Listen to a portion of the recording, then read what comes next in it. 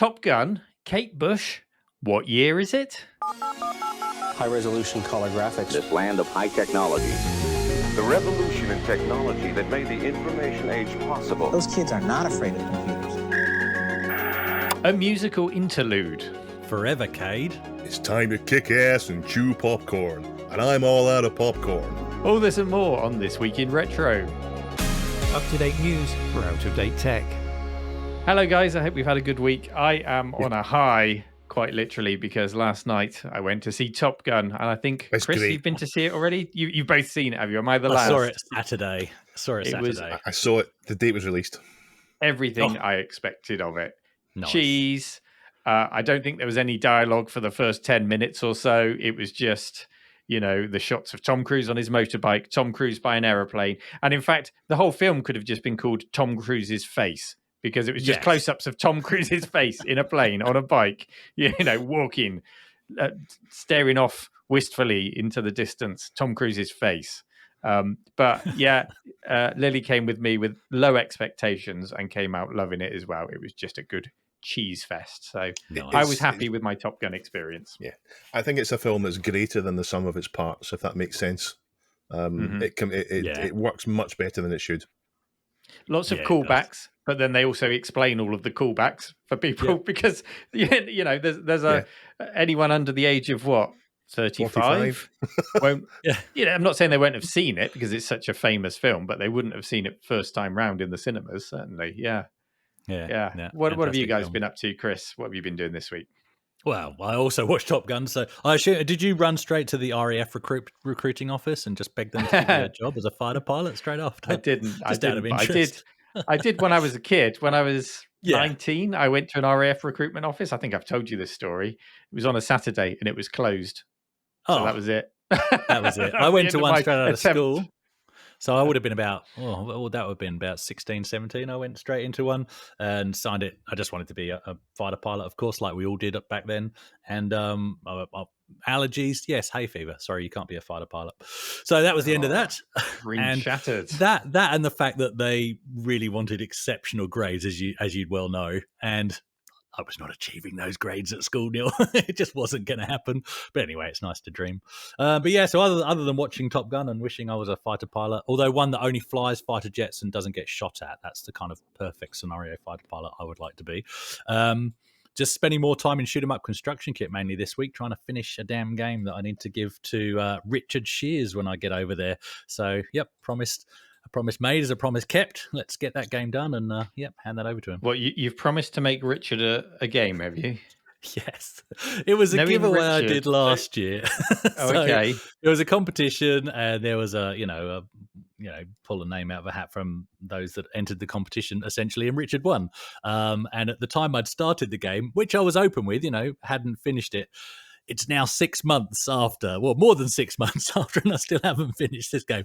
But it's getting there. And I did promise, because it has to be with shoot 'em up construction kit, I did promise that it would be rubbish, and I believe I can stick to that. Oh, yeah, it's got to be rubbish. Yeah, that's good. Yeah, it's nearly there, Rich. It's nearly there. Good. For those who don't know Richard, he's a regular listener and a very active member of the Discord community and the RMC patron community and all of that. Hello, Richard, if you're listening. So it better be a good game for him. And he's a big fan of Elmo, so I'm guessing Elmo's involved somewhere in the game? No, because I'd already chosen the theme for the game. No special treatment for Rich, no. Maybe I'll throw an Elmo in. Maybe I can fit one in. I've just had an idea. Okay. Be nice. Dave, what have you been up to this week? I have finished building my Windows XP computer. I have a proper Silverstone Fortress case. It's the great big black one.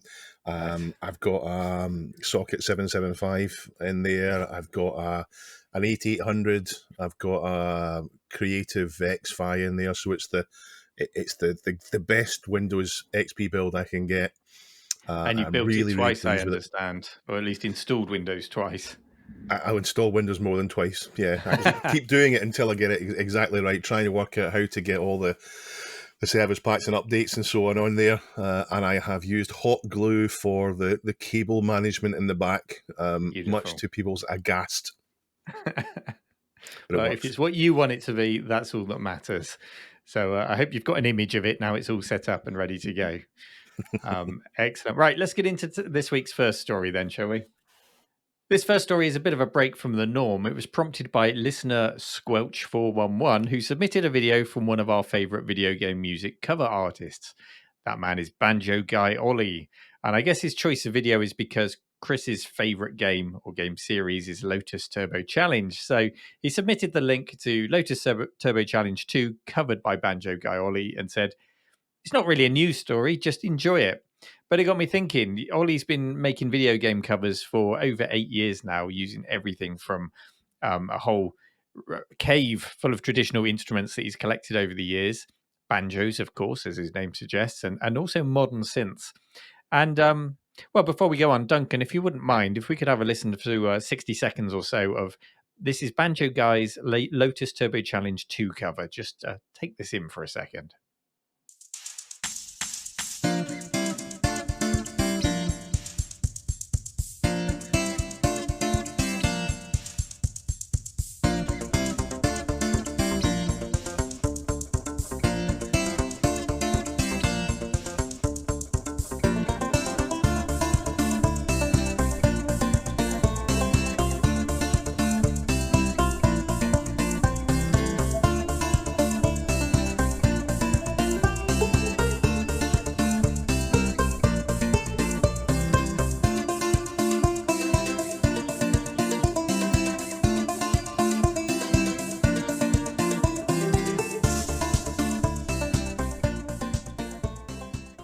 And isn't it great hearing a super talented musician put the time and effort into covering retro game music? Chris, did you enjoy that one? I did actually, yeah. This is really cool. I must admit, this had come up in my feed several times, and I'd neglected to actually click on it. So I'm glad it was sort of pointed out on the subreddit. Yeah, it gave me a Ollie's reason brilliant to actually listen to it. Yeah, it's good. Yeah, he really is. I love hearing what Ollie does, and you should definitely check out his channel for everything from Turrican 2 to R-Type covers, loads and loads in there.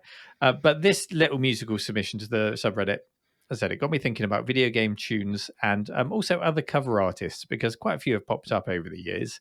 And we'll come on to some of those artists shortly, but let's open up the discussion. And this is going to be the question of the week as well this week. So get your thinking hats on, everyone.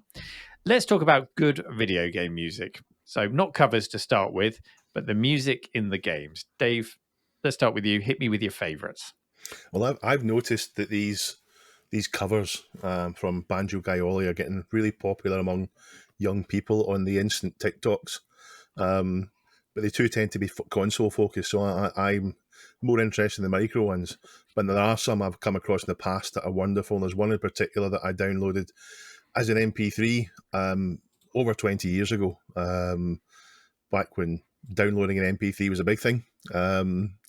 And it was from a guy called Bart Klepka, and it was an OC remix of Dune. The music in Dune is fantastic. So, I'll get Duncan to link it. So Dave is holding up the big box of Dune on the Atari ST version. No, the Atari ST didn't get it. Did it not? Okay. No, it was the Amiga and the DOS version. The DOS version is the one to play because you get MT32 it came out on the music Amiga, but the Atari couldn't handle it. Is that what we're saying? The Atari was pretty much dead by then. So what happened was Atari ST people realised, do you know what, this is over, let's move on. Whereas Amiga people, no. Let's try and use our operating system in 2022 like it can cope with it. There we go. That's got Dave animated. Carry on. But for the best music in games, though, there's plenty of good 8 and 16-bit tunes, but I don't really think they make or break the game so much as they could. They often frustratingly stopped when you started playing, or you had to choose between music or sound effects. There are things like Captain Blood on the ST that had Jean-Michel Jarre in it, and you had the bitmaps putting dance tracks on, but I don't think it's quite as good as what happened with PC. So I'm going to mention Ultima, and no apologies for mentioning Ultima again. I will mention it every time I'm on, I'm sure. That's my Ultima, thing. Ultima 3, 4, and 5 had music, but I think if you go to Ultima 6, for it to get really good, and then when you had Ultima 7, Ultima Underworld 1 and 2 came around, they were magical. The music really got you interested and immersed in the game. Yeah, it was also dynamic, wasn't it? So Ultima 6, I think, was when the music would change, probably before, but that's when I first noticed the music change. When you got into a battle, for example, it would Yes. switch to different Yeah. music. And when you Yeah. moved into certain areas, it would change the music as well. Yeah. When you went to Britannia, you'd have that Yes. music would kick in. Rule Britannia would kick in. Yeah. Yeah. Yeah. There was a fantastic period in DOS gaming where music was done in MIDI.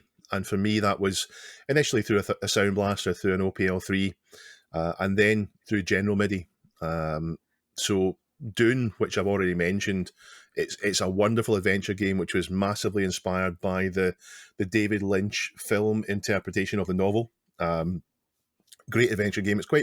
It's often overshadowed by Dune 2, which came out around the same time, which is it's a great RTS, but I think Dune's a better game. You have FPS stuff like Doom and Quake, and it was great, and the music got you really in the mood and psyched up for it. And I think the peak might be the LucasArts iMuse system. Now, you mentioned Dynamic, Neil, and that's what this was. The iMuse system, which, yes, you got in the games that Chris wants to ban, the point and clicks, but in a game that I know Chris actually does like, it's his cup of kangaroo tea, it's TIE Fighter. Now, TIE Fighter is a space combat, you could say simulator. I mean, stretching to say simulator, but I'm holding the box up now if you're watching the video. It's a fantastic game, but what's so good about it is the iMuse system changes fluidly from one piece of music to another, to a theme within the same piece of music, depending on what's happening, and you can't tell that the music is cutting and changing like it does in Ultima 6.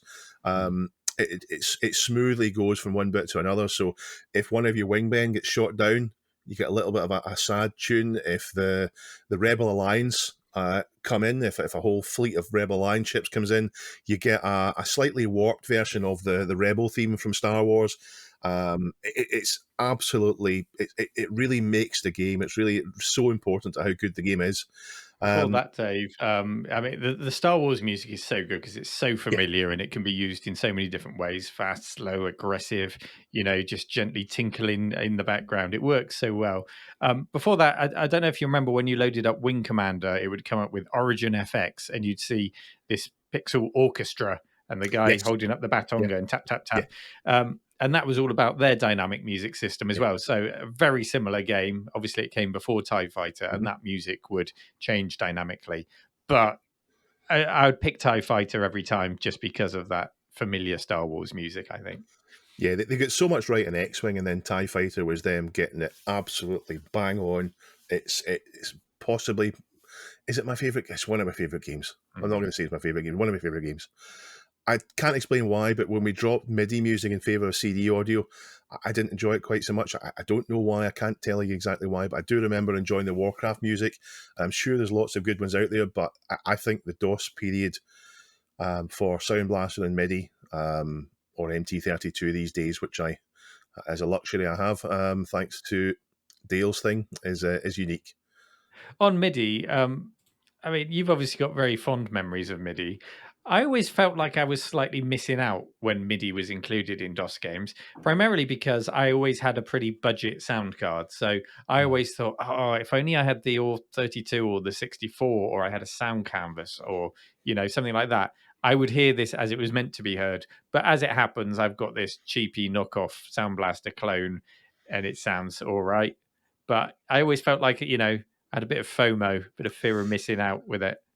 I don't think I was that aware of Roland Sound when I had my Sound Blaster. So I certainly didn't get sound as good as what I could have got with an MT32. But I fairly quickly had a sound card that did have general MIDI, soft fonts on it, a wavetable, what we want to call it, and that was, I think that closes the gap more or less on general. It's not as good as an SC55, but it gets you close there. So thankfully, I didn't really know I was missing out, or I would have felt like you. I would have felt where's the rest of it. Yeah, no, I was the same on that. It's not until recently, from watching other people's YouTube videos, especially some of the stuff by Reese, Controller Reese, where you get to hear things like, especially just Doom and on what it was meant to sound like. Whereas, you know, I was playing it on a Sound Blaster 16 or a Sound Blaster Pro. I think so, totally different sound. Yeah, Doom, and maybe a little bit after that, maybe 2 or 3 years after that, that's when I started to find out that, you know, hang on, it can sound even better. So for me, the best music is the DOS period in for MIDI. So Chris, tell us about some cheesy Amiga tracker music. Yeah, well, not that I'm predicting, but. Yeah, I know. I must echo what you said about it was X-Wing for me rather than TIE Fighter, but same thing, that the way the music was dynamic was just amazing. But in terms of, well, actually, first of all, I need to point out, you know, as I've mentioned before, I did favor listening to my own music instead of the game music a lot of the time. And I've mentioned before playing things like Rage Against the Machine instead of the actual Doom music while playing Doom. There are lots of funny examples, but don't have time to go into all of them. So the one I've picked, and why these things stick in my memory, I don't know. But while I used to play Space Gun on the Amiga, I used to listen to Joyride by Roxette. I don't know. I don't know why. But anyway, moving on to the actual question. No, not moving on. Not moving on. I'm going to share a secret with the world that I know about, Chris. Oh, no. You're a secret Roxette fan, aren't you? You told me. Well, at the time, told me offline once. Not a secret now, is it? I don't remember telling you that. Some of the music I used to listen to, and I need to. We don't have time to talk about this today. But I'm thinking I need to put in a spreadsheet so that when the memories come back, I need to match the tunes, because I think that's an interesting topic in its own right. What did you listen to whilst playing certain games? Anyway, moving on to the actual question before I really dig a hole for myself. No, whenever this question gets asked, for me, and prop number one for me this week, for those of you watching on the video, it's Captive. But like wonderful you say, game. Dave, yeah, it's a fantastic game, and the intro music is amazing, and not enough people rave about it. I don't know if it's just me, but it's just such a cool tune. And again, I'll add links to the show notes if Duncan can link to them. But like you said though, Dave, in games on the ST and on the Amiga, you got it on the intro, but then as soon as the game kicked off, generally you lost it, which is a bit of a shame. But that is one of my favorites. Another one I was playing about with just the other week whilst making a video, and that was just revisiting Swiv, which, again, fantastic intro music. You do lose it once you get into the game, but I don't think that's a big loss because the sound effects on this game are just amazing. Absolutely love that as a shooter. Now, my weird example is this. And it's this game. It's Kelly X. Not to be confused with, apparently Kelly X was also a title used for a beta of Xenon or something. I don't know, something I discovered today whilst trying to find a link to the music for this. So Kelly X is sort of I'm trying to get it without the glare of the light there. It was a budget title, always was. Should never have been anything else. Is that the Mastertronic label I can see there? Yeah, it's Mastertronic. Yeah. Yep. And what it is it's a 3D space shooter that basically steals everything from Elite except the good bits. So it's just the shooting, but not as good as it is in Elite. No space trading or docking or any of that. So you think, okay, so it's just the exciting bits of Elite. Well, no, but it's okay. If you just want a mindless blast, it's okay. Now, why am I bringing this up now? Because, again, it's one of those tunes that I would load the game up just to listen to the tune. Absolutely fantastic intro tune. But, so my friend Lee from secondary school, he wanted an Amiga, but obviously they were quite expensive, and there was the perfectly fine, slightly cheaper alternative in the Atari ST. So for Christmas, his parents got him an Atari ST, and that was absolutely fine. I went over there and played games with him on his ST. He would come over mine, play games on the Amiga. But I think it was actually the first game that we got where we both owned the same game was Kelly X. And if you can find a video of the Atari ST version of Kelly X, and I know they're not all as bad as this, Dave, so this isn't a poke. It's a bit of a poke. The music sounds like it's something that the C64 did, but worse. It really was terrible on this. And when he heard the Amiga rendition, that was the catalyst. Keeping in mind his Atari ST was a Christmas present. That ST was sold within about a month, and then he moved on to buying an Amiga, just off the strength of bad budget game, but just the sound difference. Now, some of the stuff you said earlier, Dave, about some of the other, I think, what was it? Oh no, it was a game I was looking up earlier. I think, is it Captain Blood? Captain Dave Blood, mentioned yeah. Captain Blood, yeah. Yes, he did mention Captain Blood. Yeah. So I was having a poke around whilst actually trying to find the ST version of Kellyex so I could listen to that tune again and compare the two. But I came across the music for Captain Blood on the ST. Now, that's fantastic. I never heard anything like that back in the day, and that certainly closes the gap. So, yes, I've had probably my first decent poke at the ST so far, but do you know what? Kudos where it's due. It could actually push out some nice stuff. But yeah, all that aside, look, if we're talking about music in-game and including music that plays throughout the game on the Amiga, has to be Lotus, which brings us back to the original topic. And I'd say all of them, Neil. The entire Lotus franchise, the music all of is the Loti. Brilliant. Would you agree? Yeah. They get it great, yeah. They are great. I can't remember. Is Lotus one of the ones where you lose a channel in the music when a sound effect has to play?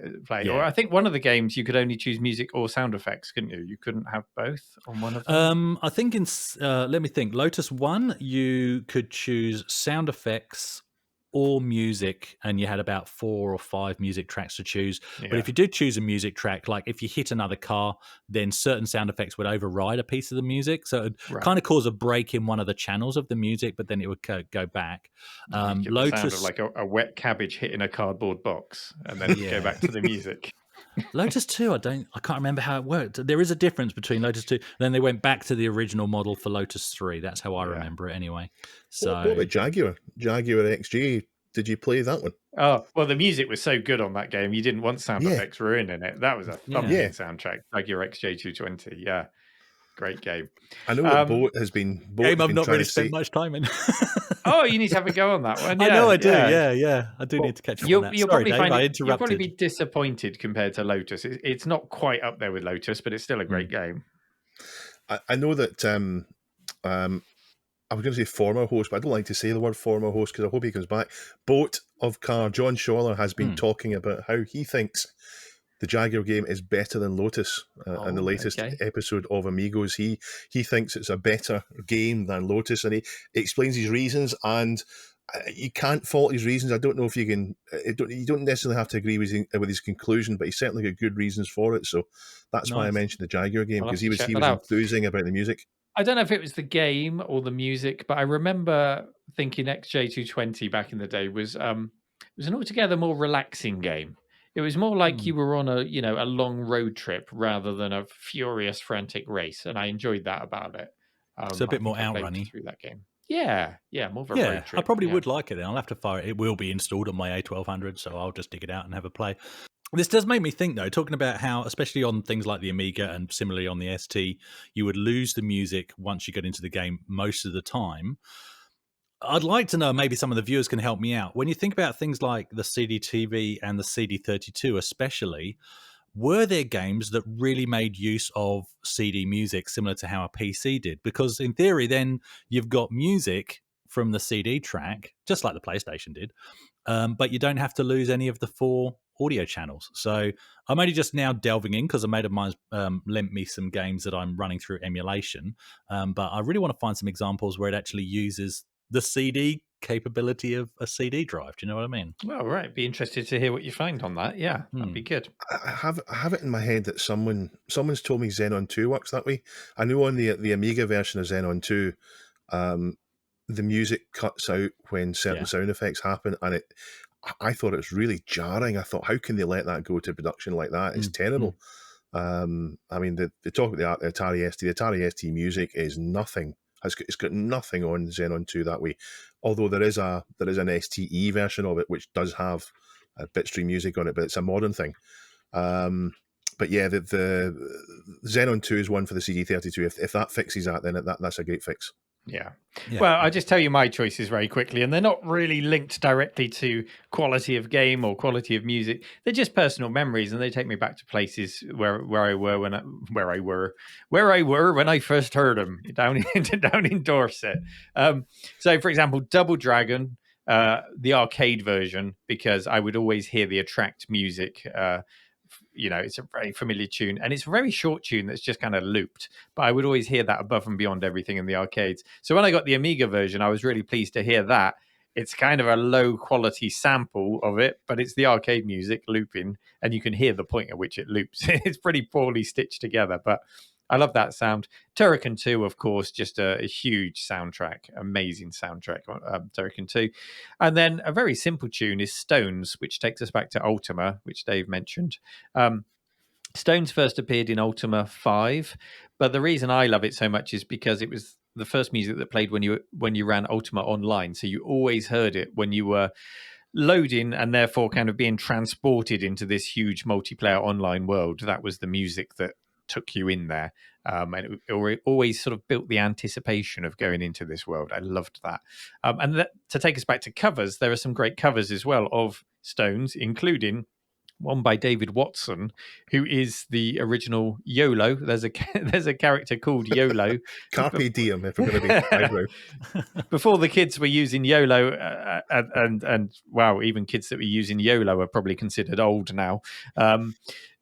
Before they were using that, there was a character in Ultima called YOLO who was based on David Watson, who is a real life, if you like, cosplaying bard who actually makes bows and arrows for a living. And plays the lute, and you can go and hear him play Stones because he wrote the song originally on YouTube, and there's a link that will be in the show notes to go and listen to that. And the song has words which I didn't know before, so you can hear the verses to it.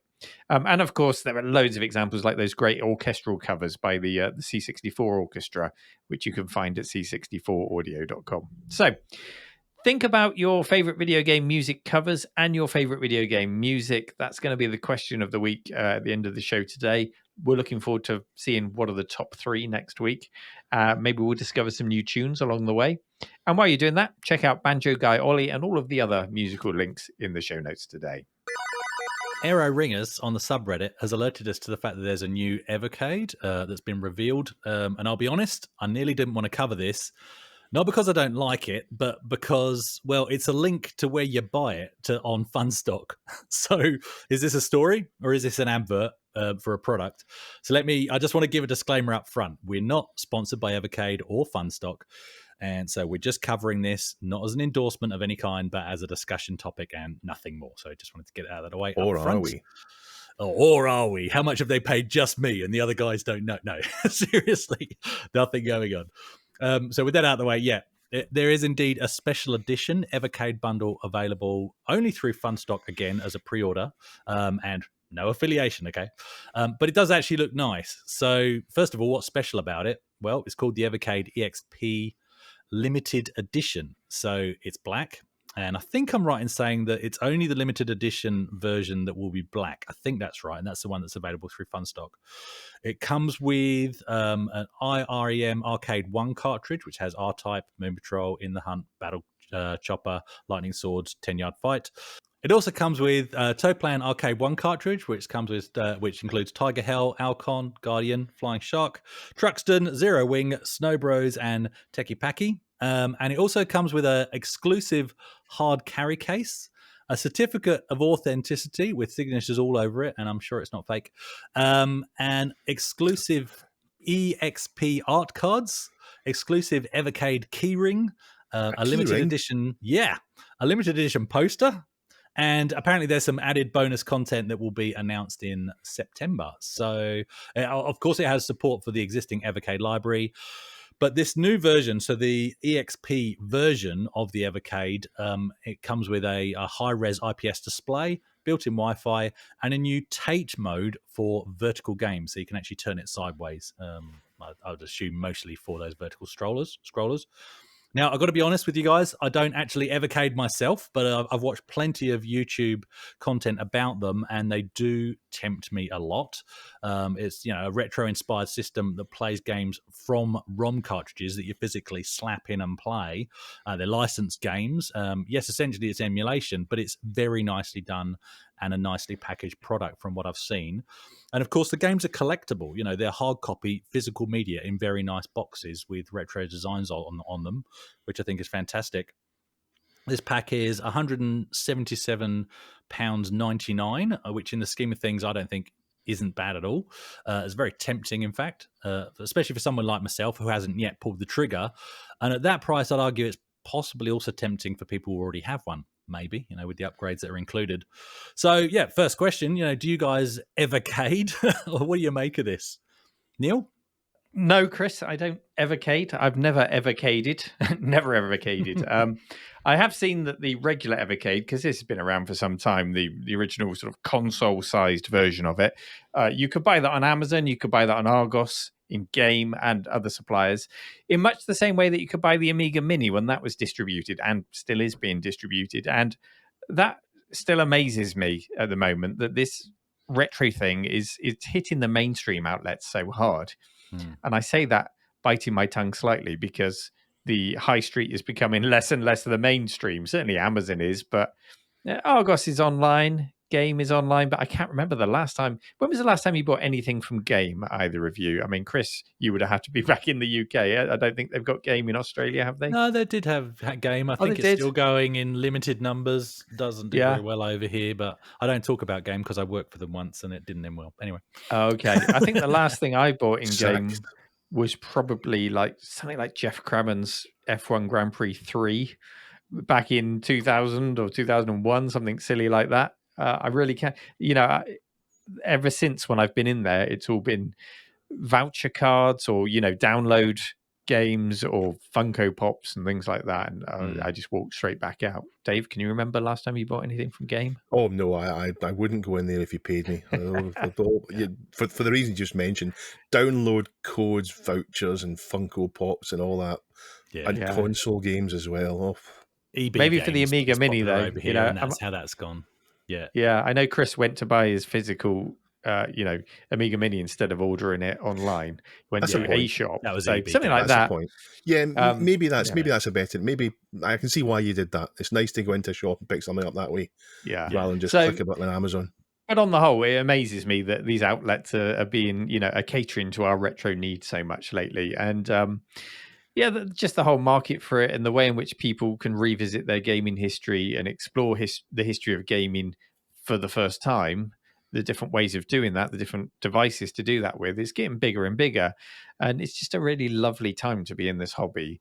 A question for you, Chris. This is the EXP model of the Evercade, which is the handheld, isn't it? So will the EXP be available through those same channels, or is this an exclusive? Oh, I would assume so. So from my understanding, I'll put there's a couple of links I'll put in the show notes via Duncan. But I think the one that was given to us on the subreddit is the limited edition, so the black model with a certain game package together. Whereas going on the main Evercade website, there is a non-black EXP edition. So the original Evercade was a handheld. Then they had the consoleized version a year later. The second one, was it? Okay. Yeah, and so now this is an updated version of the handheld. Again, so that's essentially what we're talking about. Yeah, okay. But I would assume it not in the limited edition colors, but I would assume the standard one would be available through these channels. Yeah, right. Okay, so that's good, and it's nice as well. I've noticed that the EXP version will let you play cartridges that were released for the earlier console and the earlier handheld model as well, the original handheld model. So you're not having to buy your cartridges and your games again, cart slots in the back. And generally the cartridges on the Evercade are sold in compilation packs. So you can get a Namco pack, an Atari pack. There's even a Gremlin graphics pack, which is nice. It's nice to see the British software houses represented and it not all being about a North American view of gaming. So that's really nice. And so, of course, it's emulation based. It launches the relevant emulator and the ROM to play these games. It scored pretty well in reviews from what I remember. The only gotcha for me on the Evercade, and it is quite a big one for me, is that it only does consoles. It's not going to do arcades.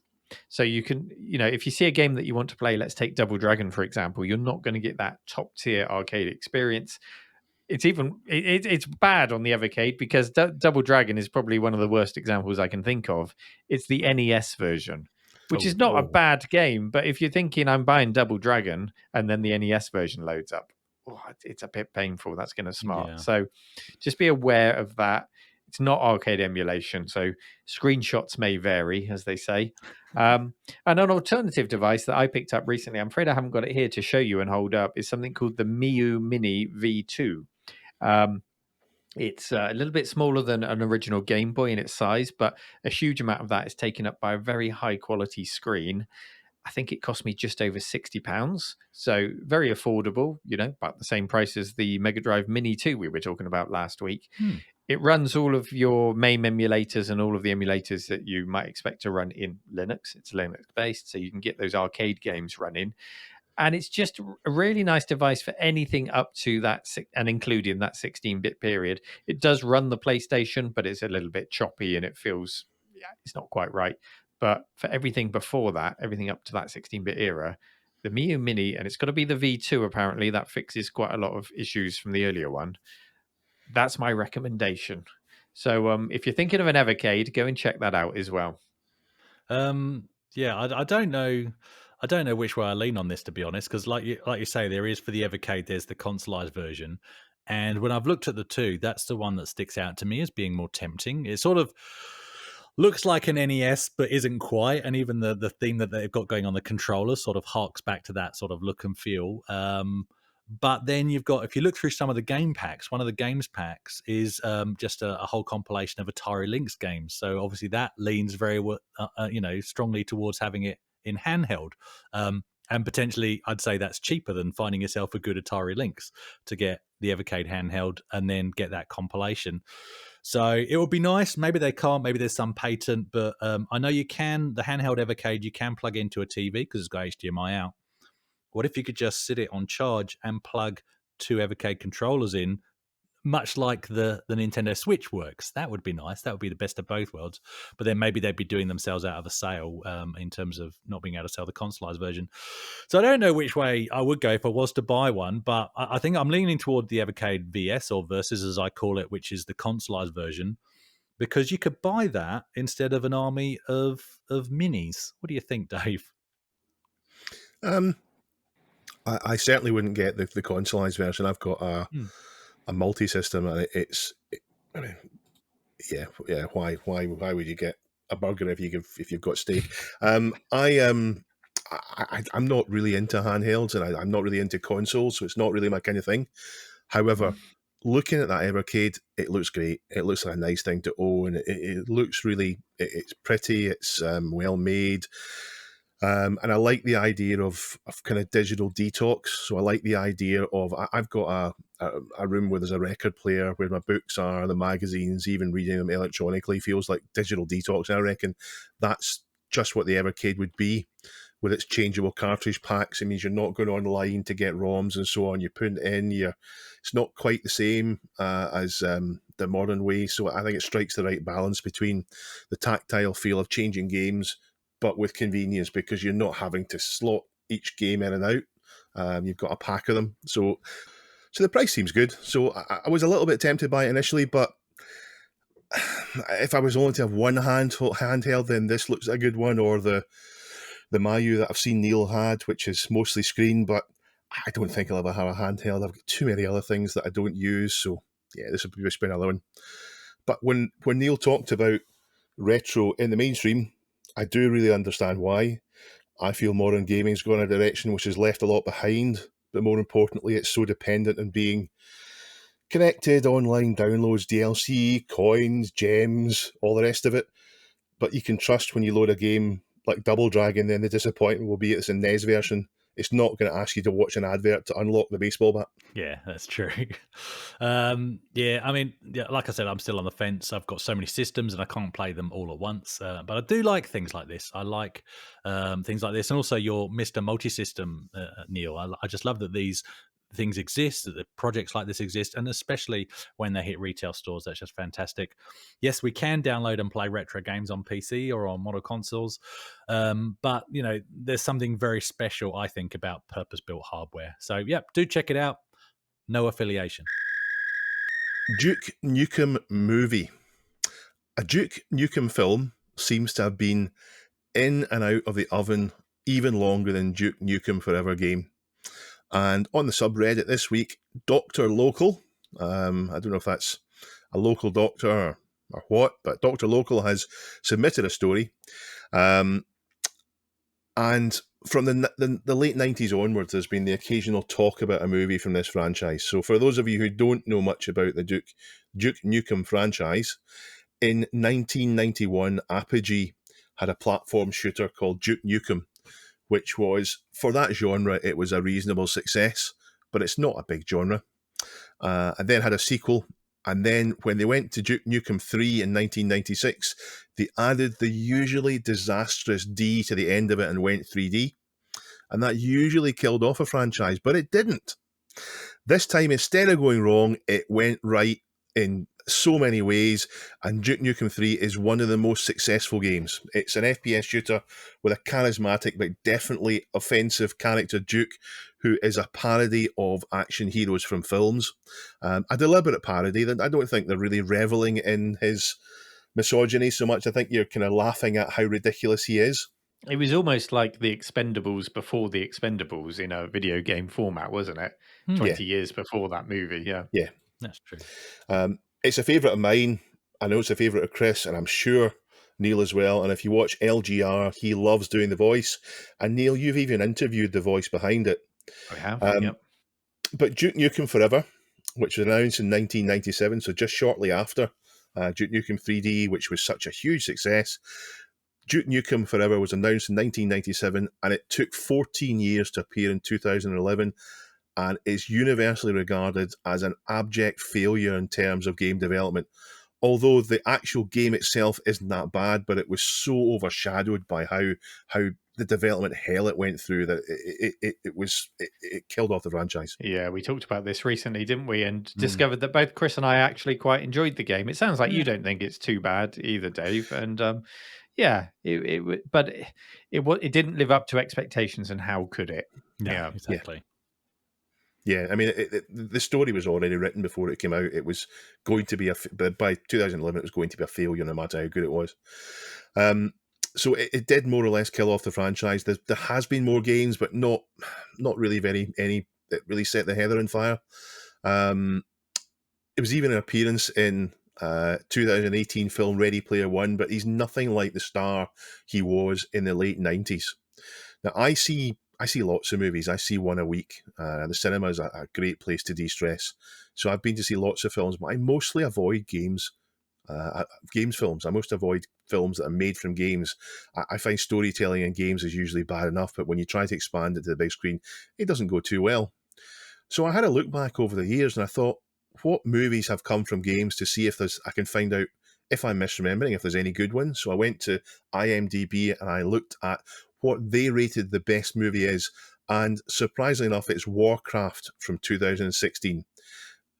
I've seen the trailer for this, and I wouldn't touch it with a barge pole. It only gets 6.7 on IMDb, so it's not a great score, but that's the highest there is. But the audience on Metacritic give it a 32, which means it's rotten. So I thought I'd look down further the list. I thought, what's the highest position with the highest audience score there? And it's Angry Birds Movie 2.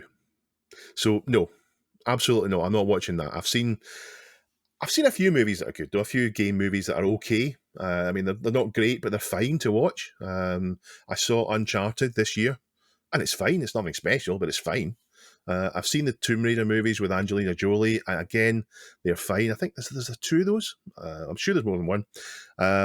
And I did find out there's a new one from 2018 with a different actor. Supposedly a little of a darker tone to it, so I need to have that a look. I do like the archaeology Indiana Jones type movies. I don't know if anyone's seen that. But the Duke Nukem movie could be closer than ever, with Legendary Entertainment announcing this month that they've bought the rights to make the film from Gearbox. Out of interest, did this list not include the Resident Evil franchise at all? It did, and Resident Evil was fairly high up the list. I've not seen them, so I don't know. They were fairly up the list, but they weren't as good as Warcraft, and they weren't as well liked by the audience as Angry Birds Movie 2. I don't know if that means that, when they make something, the hardcore fans are always disappointed. They're never satisfied. I wonder if that's why the Resident Evil movies aren't so well liked, or maybe they're just not very good. So the rights have been bought from Gearbox. Now, these guys are the team behind the pretty successful retro-themed show Cobra Kai, which I have not seen. How have I'm you sure not it's seen that?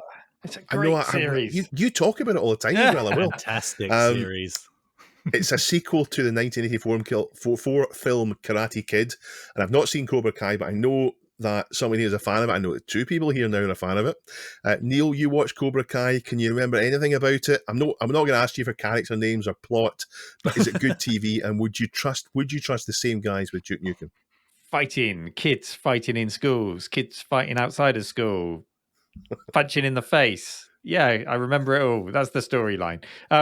It's cheesy. I'd have to correct you, Dave. It's not the sequel to Karate Kid, because you had Karate Kid 2 and 3, and then you had the reboot with Will Smith's son, didn't you? So it's a spin-off sequel. It's a spin-off series. I guess it's a sequel because it's got Daniel-san and the other one. What's the other one's called? Johnny. Thank you. Yeah, it's Johnny from Cobra Kai. Johnny the cat. And the original sensei. Of course, Miyagi's no longer around, so he's not in it. Yes, they've done a great job of that. I mean, it's up there with the new Top Gun in terms of just cheesiness and callbacks to the originals. And, it does it a good service, I think, the original story, without taking itself too seriously. And how can you take Duke Nukem seriously? You just can't. So if they can have a bit of fun with Cobra Kai, they can certainly do it with Duke Nukem. I'm just going to have a bit of story time now on this topic. I've got my book here, Retro Tea Breaks Volume 1, Selected Interviews in Conversation with Computer and Video Game Pioneers, available at rmcretro.store. And Dave's got it as well. And I've got it open just because you mentioned that interview with the voice of Duke Nukem, John St. John, and I asked him about the movie. So this was his answer to what do you know about the movie? He said, "Oh yeah, there was absolutely. It was in the works with, I believe, Paramount. Michael Bay was set as director, and they were talking about John Cena, so that's the wrestler, playing the part of Duke. But as it turns out, and I'm quite pleased with this, Gearbox pulled the plug on that because I guess it was going too Hollywood and the story was being too corrupted. The character was being corrupted into something silly, and that's not who Duke is. Thank you, Randy Pitchford, who was the co-founder of Gearbox Software, for pulling the plug." Oh, you got Johnny there causing you problems. Thank you, Randy. Laughing at his name. Pitchford for. On that note, I did used to work with a chap once upon a time when I was a young man called Randy Neighbours. He was American. He came over and he was quite senior, and I had to keep a straight face when he shook my hand and introduced himself as Randy Neighbours. Anyway, so John goes on to say, "Thank you, Randy Pitchford, for pulling the plug, because what I ultimately would love is an R-rated, computer-generated Duke Nukem movie. Not only because I get to do the voice, but because it stays true to the character. You don't have to change his look. Duke would look exactly like he's supposed to, and in CG land, absolutely everything can and anything can happen. So why wouldn't you make a CG R-rated Duke movie?" So that's his opinion on it. He wants to see a CGI movie. And also other names that have been associated with the film are producers Lawrence Kasanoff, Scott Fay, and Jean-Julien Baronet. They've all been associated with it at different times. So, this has been in the works and for almost for as long as Duke Nukem Forever, by the sounds of it. Yeah. In terms of Duke as a character, yes, he would come across as basically as your sexist old uncle now, wouldn't he? It just wouldn't work. He would have to you'd have to find a new angle. It could still be Duke, and could he still be Duke? I don't know. Discuss. I do agree in the sexist old uncle thing. It is a little bit out of date, but maybe they can do something with the awareness of it. John Cena has done a TV series recently called Peacemaker, and it's pretty close. His character in there is pretty close to Duke Nukem. I wonder if he was aware of the link there, if he was talking about being Duke Nukem and then being Peacemaker. He's really quite out of date, and they make a thing about that. But he's still the hero in it, so maybe that's the line they could walk. I don't know. I don't know if you noticed when you watch Top Gun. I was going to say Top Gear. When you watch Top Gun, they'd had to do a similar thing because Tom Cruise's character in the 80s, it was a very different world to today. And so there was a little nod to that. For example, at the end when he decides, okay, spoiler here, if you're going to watch the movie, just put your fingers in your ears for a minute. When he decides he's going to stick with the woman, he's going to go to the woman and he's going to get her back and tell her, this is it. We're going to be a thing forevermore. He goes to her house and she's not there. And then a few minutes later, she comes to him on her terms with her sexy Porsche car, and goes, "Yeah, okay, we're going to do this." But it's her doing it on her terms, not just him turning up and going, "I'm Tom Cruise, I can do this because she's a woman and she's, she can't resist me." Times have moved on, so just things like that are a nice little nod. Would that work with Duke? I don't know. Chris, would watching a Duke Nukem movie scratch your FPS itch, or is this a stupid idea? And if so, what would be your game franchise to turn into a film? Yeah, well, I mean, I absolutely love, as previously discussed, Duke Nukem 3D. And the problem with this, I like the idea. Let's get that out of the way.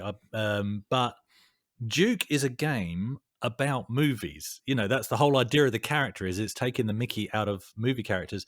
So now we're talking about making a movie about a game about movies. So it's almost as if they didn't get the joke. Which is a bit of a worry. But I mean, if it's picked up by the guys that, did Cobra Kai, I absolutely loved Cobra Kai. Fantastic franchise. And just as Neil pointed out, they didn't take themselves too seriously. And I think that's why it worked. And it had all those shout outs and those nostalgia hits. They threw in, some clips from the original movies and then just took the characters forward, but not in a serious way, because I don't think you could get away with that. And they did make fun of some of the, the sort of mentality from that period as well. And they did it so well. So if anybody can pull this off, I think these are, in fact, the right guys. But I don't know. Personally, I'm going to say it. I don't think it needs to be a 2022 politically correct, friendly reboot, in my personal opinion. If they're going to do it, do it right. Don't hold back. Let Duke be the irreverent relic from a time, where you could actually speak your mind, and people may choose to not choose to get offended. But if necessary, like we've already said, maybe a thin veil of a story that points out that that's perhaps not acceptable in today's society, apparently, anymore. Sorry, I have to say, I am the inappropriate sexist uncle in the room here. So I like that sometimes we can, use something like this as a bit of an excuse to have a look back at the past. And if we're laughing with the character or at the character, I don't care, but let's just have some fun with it. But yeah, in terms of movies that, games that I would like to see made into a movie. Again, we've covered this topic before, but it has to be Wolfenstein. It's the first one that comes to mind for me. A World War II movie that then slides into horror would be amazing. So again, I think more about Return to Castle Wolfenstein than Wolfenstein 3D. And that has almost been done in the movie called Overlord, which is a fantastic movie. I recommend you watch it. It isn't an official Wolfenstein movie, but that is essentially the storyline. It's a World War II movie when you first go into it, and then it takes a very dark tangent. Very, very enjoyable flick. Yeah, that's my thoughts. I think with the idea of Duke being Duke from the 90s, it would work as a film if it was self-aware that that's how Duke was, and there were kind of consequences for his actions. So, he did come across as the slightly sexist old uncle, and then he got, slapped him back in the face afterwards. That could work. They could have some fun with it. Yeah, I think so. I mean, we mustn't mistake that in the 90s when we played Duke, we knew he was wrong, and it wasn't someone. This wasn't someone saying this is how this is right, that his opinions are right. We never really believed he was. Never believed it was right back then. So we're not looking now to. We don't have to now say, oh, we thought this was okay and now we don't. We never thought it was okay. What he said was never politically correct. It was that was the joke. The joke was that he was so out of date and ridiculous. That's true. Exactly. He was a caricature of those movie characters. He was a caricature of those. Exactly. Yeah. Cobra Kai is very very highly rated on both IMDb with 8.6 and on the audience score on Metacritic with 8.3. So it's way better than any of those films I've mentioned in either rating. So this team can really make good entertainment. And if we're going to be entertained by Duke Nukem, then this is probably the best chance we'll get to get the film out and to get the film made well. Although I'm still not convinced it should be made at all. It's time now for our community question of the week. You can participate at reddit.com/r/this week in retro, where you can find the pinned question of the week and submit your answers. And also you can submit news. And we were a little bit short of news this week. We didn't have so many submissions. I blame the nice weather that we've had this week. So if you want to share with us your favorite retro stories of the week, or just any news that you've come across that you'd like us to discuss, pop it on our subreddit and we'll pick it up from there. So our community question of the week this week is, it's kind of a two-parter. First of all, what's your favorite video game music? And what's your favorite video game music cover? The two may indeed be linked. It might be your favorite music and then your favorite music covered by someone who's done it really well. Include links in your answers, and if we're able to get permission, we'll get Duncan to play them when we read through those questions next week. And I've just realized we usually ask the question after we've read last week's questions answers, don't we? I've done things in the wrong order this week. So I will re-ask that question afterwards. But let's get into last week's community question of the week, which was, Dave, you're going to read that out now. After our chat about what Stranger Things got right about the 80s, we were wondering what other game, movie, TV show, piece of music or music video puts you right back in the 80s. Is there a single sound or image that transports you back, perhaps? So the top answer is from Dave Dev Retro. Neil. Dave Dev Retro says, it's really weird, but the one song that drops me back into the 80s is Part-Time Lover by Stevie Wonder.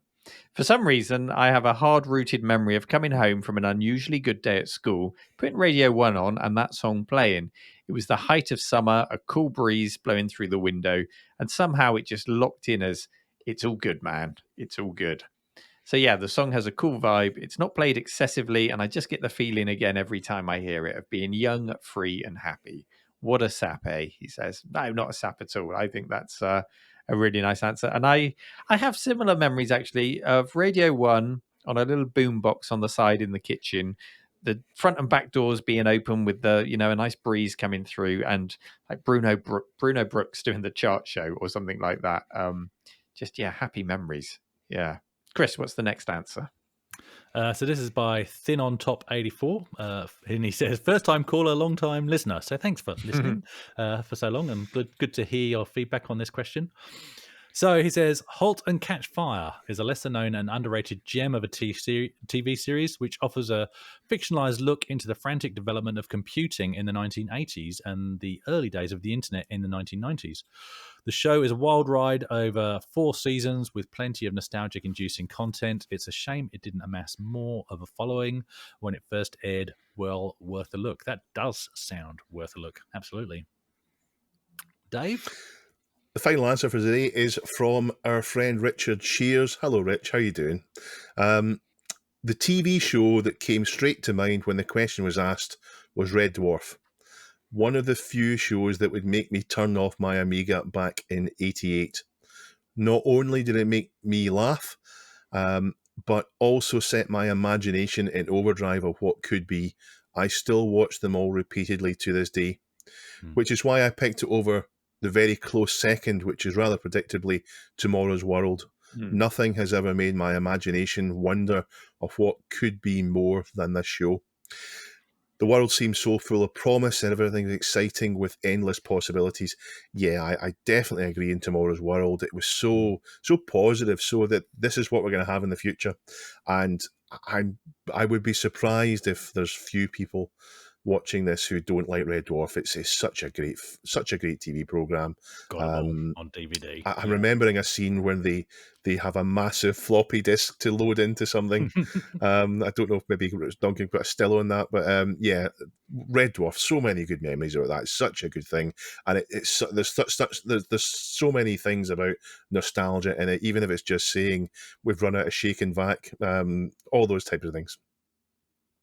And I think, yeah, the common thread that runs through all of these answers, and a lot of answers that we get, which is so tightly linked to nostalgia, is just memories that give you a sense of hope, I guess. You're young, you're carefree, and you're just filled with hope for what's going to come next and what's the world's going to bring us. And tomorrow's world is a great example of that. Look how amazing the world is going to be in 10 years' time when you've all got, flying cars and things like that.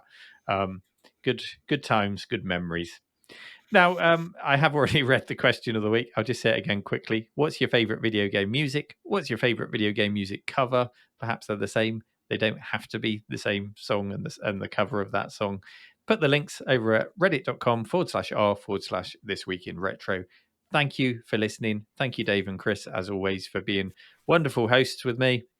And we'll see you all next week. Take care, everyone. Bye-bye. Bye.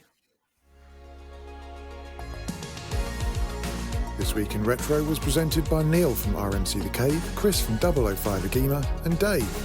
It was produced by me, Duncan Styles. The podcast version of the show is available through your favourite podcaster, including Apple Podcasts and Spotify.